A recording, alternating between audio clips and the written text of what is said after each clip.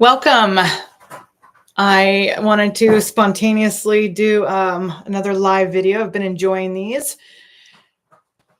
So I had a couple thoughts I wanted to share tonight about how long, well, I'll ask the question, how long do you think it takes to reinvent yourself? And that's what I'd love to jump into. But before I do, I've just been enjoying sharing this experience a little bit more in real time, in real life. So I don't know about you, but I like to have hot drinks sometimes when I sit down with a friend. And I'm pretty keen on tea this late in the day. It's evening where I'm at, and definitely feeling more like fall these days. So anyway, I'm a bit of a tea connoisseur. I love coffee, don't get me wrong, but I do love a cup of tea. And gosh, I think I fell in love with tea when I was living in Sacramento years ago. Oh gosh, I had just moved to the States. Maybe I was in my second or third year in the States and spent a winter in Midtown Sacramento. And I had a mentor and friend that I was living with at the time, and she introduced me to Black Russian tea. And she drank it with a little bit of honey and cream in her tea. And my goodness, I was converted to drink real tea like that, as opposed to just tea bags, but to drink like the hearty, black, strong tea, loose tea was amazing. And so I have loved tea ever since. So anyway, tonight I can't do the caffeine this late in the day, though I still love my black tea, but I like a good rooibos tea that's decaf, so, or not caffeinated, whatever. Anyway, here I am, and I just want to talk about this. I read a really amazing article. I don't know, it's been a while. I had to revisit it because it kind of inspired a little bit of this video. If you hear the background, I have some cats running around and they're scratching. So if you hear a weird noise in the background, it's my cats. Maybe I'll introduce those to you another day. But anyway, this guy purports that it takes 5 years to reinvent yourself. And I think that's really interesting because I came across another quote by someone else years ago that says, most of us, we underestimate what we can do. Let me rephrase it. We overestimate what we can do in 1 year, but we underestimate what we can do in 5 years. So let me say that again.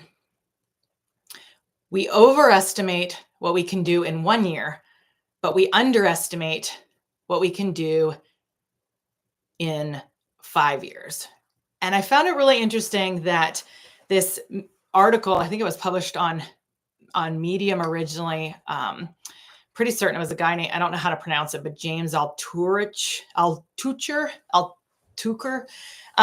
give him credit in the footnotes and maybe link to it because it's a really great article and I recommend you go read it. But he talks about the steps. He's interviewed a lot of people and he talked about how many hundreds of people he interviewed and how long it takes people to reinvent themselves, and why you need to know this. Because if you're somebody that doesn't want change, you're probably not going to stumble on my channel. If you're happy with life where you're at, then I'm not the person to hang out with, because I'm all about change and growth and transformation and being who you were made to be, being all that you were created to be, using all your gifts and talents. And I don't think that just comes automatically for most of us. In fact, I think often you will find that whatever your gifts and talents are, you will probably be stepped on and downtrodden in those areas.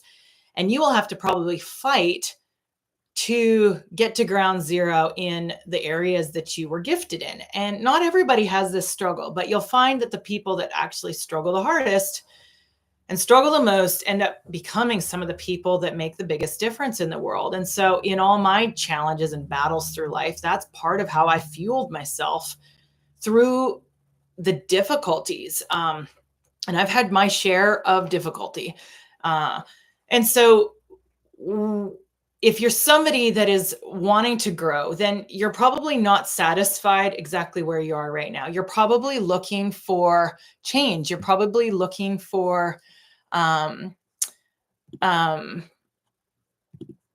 a sec. I just realized I didn't shut down a program on my computer and I don't want it to jam up some of the memory because I'm using a lot of bandwidth streaming. So I'm just going to quickly close some programs. I ran home to do this, and I don't want anything to go wrong. So anyway, what was I saying?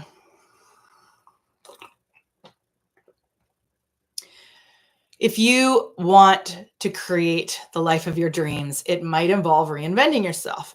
Heck, if you're like me, you might have found that you've reinvented yourself 3 or 4 times along the way. I think sometimes I've had past lives. I mean, it's not like I've survived like a cat with 9 lives exactly, but I feel like I've lived, I don't know how many lives already compared to many people around me. Just the experiences, the adventures, the travels that I've had, and the things that I've done. I mean, I don't know, last count it was something like 88 or 90 of my unpublished works, my journals, the top row. I don't know if you can see them up there. One of these days I'll get around to publishing something, but that's what I've had to write and journal to log the adventures, log the epics that I've lived, and to process some of, the learning and the wisdom that I've sought for in my life. And so I'm going to share a couple of these keys that he says, along with some of the things that I've really found. And, I think the thing is, if you want to reinvent yourself, you have to find people doing what you want to do. And so the key is getting mentored in some fashion. Excuse me. And you either need to get around people doing what you're doing, and it either needs to be really direct, in person, in real life, in real time, or or you need to do it in a virtual space. And in the sense of whether it's rubbing shoulders with people here in this space, on YouTube, on different platforms, or more, I think even more powerful than just this medium is reading books, because there's something really deep and rich about having to go through the process of writing a book that brings a different level of distillation to the surface than just putting out videos, just blogging about things and whatnot. And so the author of this article really talked about how if you want to reinvent yourself, you need to read books. And he figured that the people that have reinvented themselves, that they have over those 5 years in that reinventing process read hundreds of books. You need to find 200 to 500 books on whatever subject, whoever you want to become, whatever that subject is. If you want to become a lawyer, then read 500 books in the field of law and of biographies of lawyers and of the history of law. If you want to go into business, then you need to read 500 books in business and entrepreneurship, and of the greatest entrepreneurs, and of marketing, and of sales, and all these strategies, and of creating products. And so whatever it is, you need to read it and you need to study it. And I love how he kind of distills, like, what's that timeline going to look like?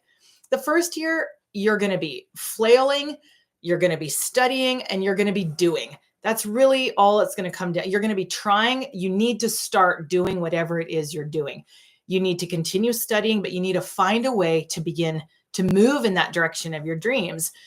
In the second year, you're going to find some consistency in what you're doing. You're going to begin to know who to talk to. You're going to begin to know who to rub shoulders with, who the movers and shakers are in that industry.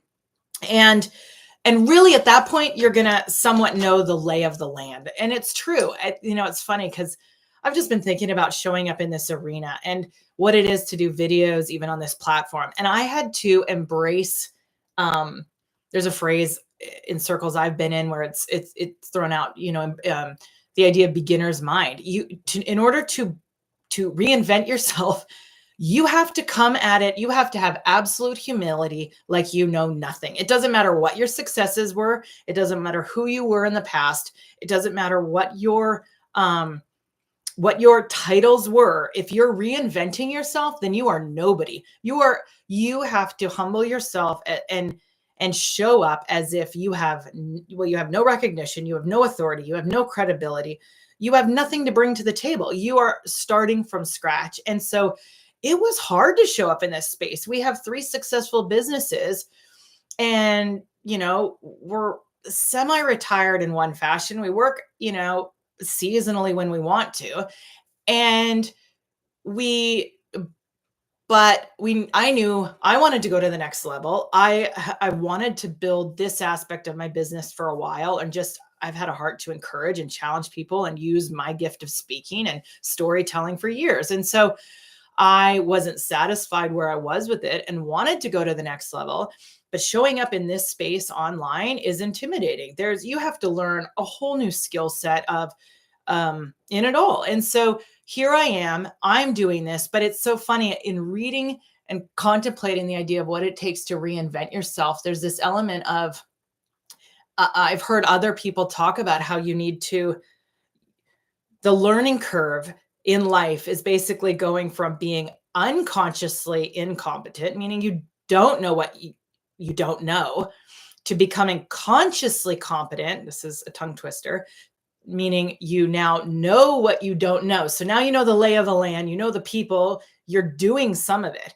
Well, where does that growth take off? And that's where he recognizes in the 3rd year, that's when you can start making some money at what you're doing. You can, maybe you're not making a living, but you're actually making an income, and you're starting to build momentum. And that's where in this learning curve, you now go to the point where you know what you know, or you become consciously competent at what you're doing. But where the expertise really start and the growth really takes off in the 4th year, he has identified that that's where you'll really start to make a living and making an income. And in the 5th year, you can begin creating incredible wealth if you really hit it. Most people stop short, but that makes sense because in the learning curves and understanding the psychology of development and learning strategies, I had heard this learning curve. And after, when you get past that, knowing what you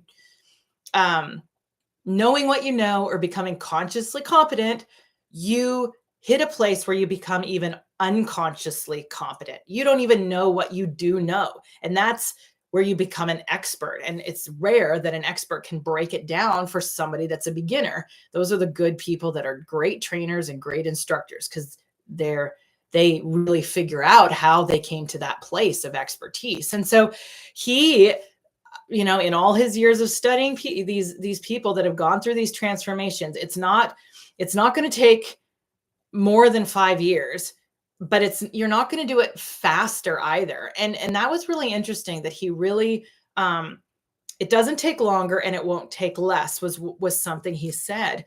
And, for many of us, it's, at what point do you reinvent yourself? Well, if you start today, then today is the day you reinvent yourself. So at what day can you begin to say you are X, if X is your dream life or your dream job or your dream business? Well, the truth is you can start now, and you're not going to feel like you are that person, but you can begin to show up in that space and speak it out and declare it. And maybe nobody around you yet sees you in that way, but you have to start seeing yourself in that way. And so how do you begin to use language? How do you show up that way? You need to start today. You need to start reading everything you can, reading even more than watching, because it provokes a total different level. I mean, I am an avid reader, and we live in a society where I can't say the statistics offhand, but it's something like 95% of people don't read another book after they graduate high school. And of course, if you have been around statistics long enough, you know that 67% of statistics are made up on the spot, right? If I could wink fast enough, I would have done that. But reinvention, if you're going to reinvent yourself, it starts today, and you just begin to do what you need to do to move into it. You begin to learn what you need to learn, because you have to learn the language of a whole new, if you're reinventing yourself, it's like moving to another land. It's like moving to a foreign land. You have to learn that language. You have to learn that culture. You have to learn the rules and the customs and the habits of that land. And until you immerse yourself in it, you can sit forever here looking at that safely at where you want to be, but you will never step into that. You'll never become who you were made to be. And so as we get ready to go into 2025, we're moving into the holidays. I really want to challenge you to start thinking, like, who do you want to be? What do you want your life to look like in 5 years? We might not be able to do it in a year. You might overestimate what you can do, but you're going to underestimate what you're able to do in 5 years. And you could truly reinvent yourself in 5 years. And if you had 5 years to reinvent yourself, what would you do? How would you do it? Who are the people you would get around? What are the books you would read? How would you learn the language and the customs and the culture? And, I loved how this guy, James, I honestly don't know how to say his name. So I don't know if it's Altucher or Altucher, but it was a really good phrase. He said, the choices today will be your biography tomorrow. So what you do today, you're writing your story today of who you're going to be in the days to come. And he also said the choices you make today will be your biology tomorrow. And I love that because we are physically living out the story we told ourselves and the story we wrote 5 years ago, 10 years ago. And so how do you do that intentionally? All these journals that I wrote, I did this because I wanted to live a life worth living. And so the story I kept telling myself was that I wanted to write how I became the person that I wanted to be, that stories are told of one day. I want people to one day go, how did she become the woman she was? How did she do this? And that there would be journals to chronicle how I became the woman that I was. And so I literally would sit down at my journal as I wrote day after day after day. And I'd be like, well, who am I becoming? How am I making change in the world? And so even in inside those hidden years and those silent years, when you don't see things happening, I'm building that formation. I'm building who I'm going to be so that when my opportunity comes, I'm ready. Because I love what is said about Winston Churchill. My favorite quote about him was that he walked around looking for finest hours. He was always preparing. And I don't know who said it about him, but I'm like, I want to live that way. I want to live so that I'm always looking around for finest hours. I'm waiting for that moment that I was born for and I was made for, or many moments, or that season, or my opportunity that I was made for and born for. And so I'm preparing for those moments. I'm living for that. And that means and so if I'm not in that moment, then I'm preparing for those moments when they come. And so my challenge to you is, if you are not happy where you're at in life, then reinvent yourself. Be who you were made to be. Who were you made to be? Are you, like, who are you? What are the gifts and talents you have? If you don't know, then I hope you join. I'm working on building a community group right now. And if you want to explore that, I hope you're one of the people that join and get to take some assessments, get pointed in the direction of resources so that you can figure that out, that you can be coached through that process or rub shoulders with people that are doing it and dialogue, because that's how I've got here. I've figured out what my gifts and talents were. I've figured out what makes me come alive. I figured out what makes me angry. And putting all that together, what energizes me. And when you start taking snapshot after snapshot of these giftings and your talents and your purpose and what's in your DNA, it's like taking all these soil samples, or it's like blood tests, and you start to see what this substance is, what it's made for, and you can begin to go in the direction of your dreams. I didn't haphazardly just show up on this arena because I had nothing to do and I was bored. No, I'm made to speak. I know that. I was born to speak.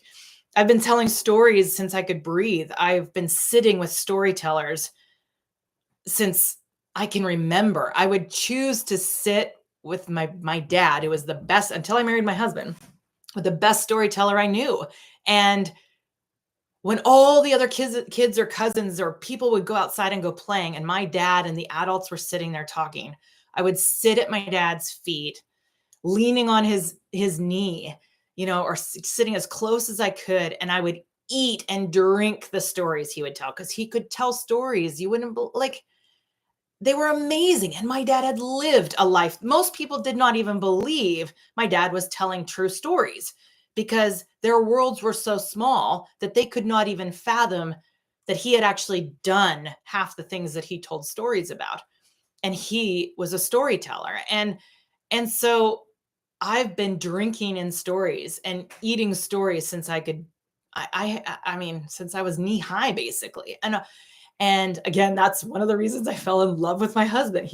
My dad passed away, too long ago, but he never got to meet my husband, and vice versa. But my husband is the greatest storyteller I know right now, alive. And he would have put my dad, they would have gone head to head for sure, and loved every minute of it. But so why am I here? I want to tell the stories that I've lived. I want to share the stories that make me come alive, the stories that have changed me, the stories I tell myself when I don't know what else to do. And maybe those stories will inspire you or encourage you, because that is also what I know I'm made for. I'm made to encourage people.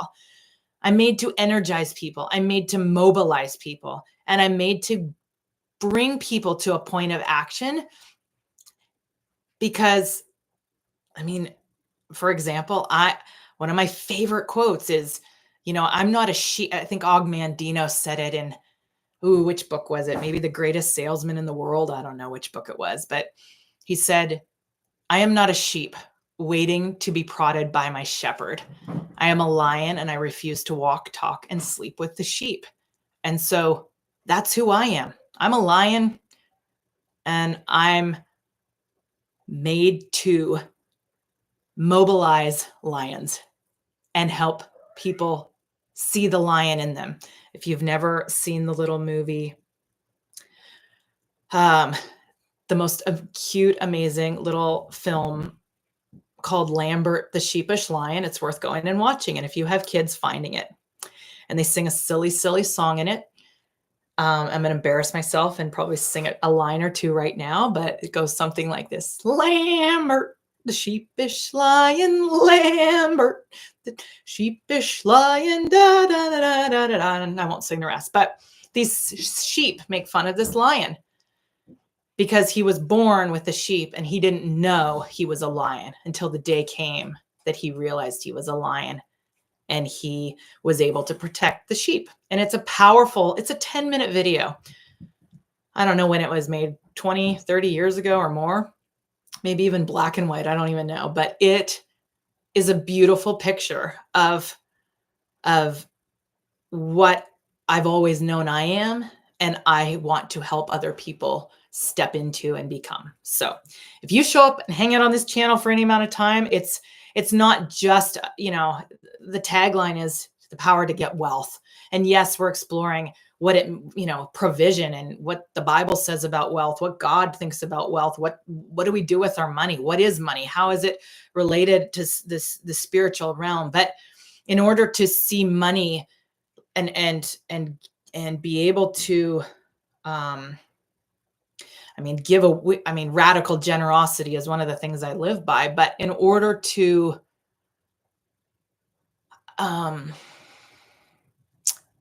money comes easily when you're doing what you're made to do, and when you're being who you are made to call, or that didn't come out right.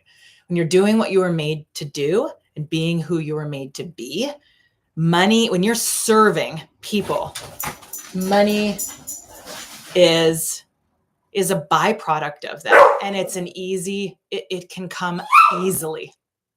And that's my call to end. I got a dog that wants to go run and chase cars. So, be a lion.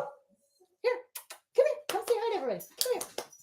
Yeah, come on. Jump up. Don't spill my tea. This is Jackson. Yes, say hi. Anyway, lost my train of thought. Doesn't really matter. If you're here for any length of time, I hope that I will encourage you and challenge you to be all that you are made to be. I guess that's it. Summarized right there. So thanks for joining me.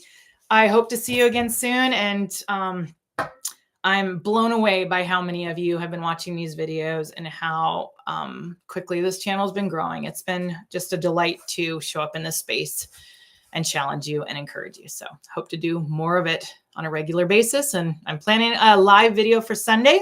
If you want to work on planning out your year and stepping into 2025 full throttle and with a lot of clarity, I'm just going to do a short bit and maybe a 10-minute little bit of provoking you around that. And then I'm just going to spend maybe an hour just working on my own stuff and playing some music and creating space. So if you just want to do it real time live with me and be able to really start building out your year and dreaming and like moving to, I like the word visioneering, building that dream and that vision, then maybe that would be a perfect time to do it and block out some time. So I will throw that up to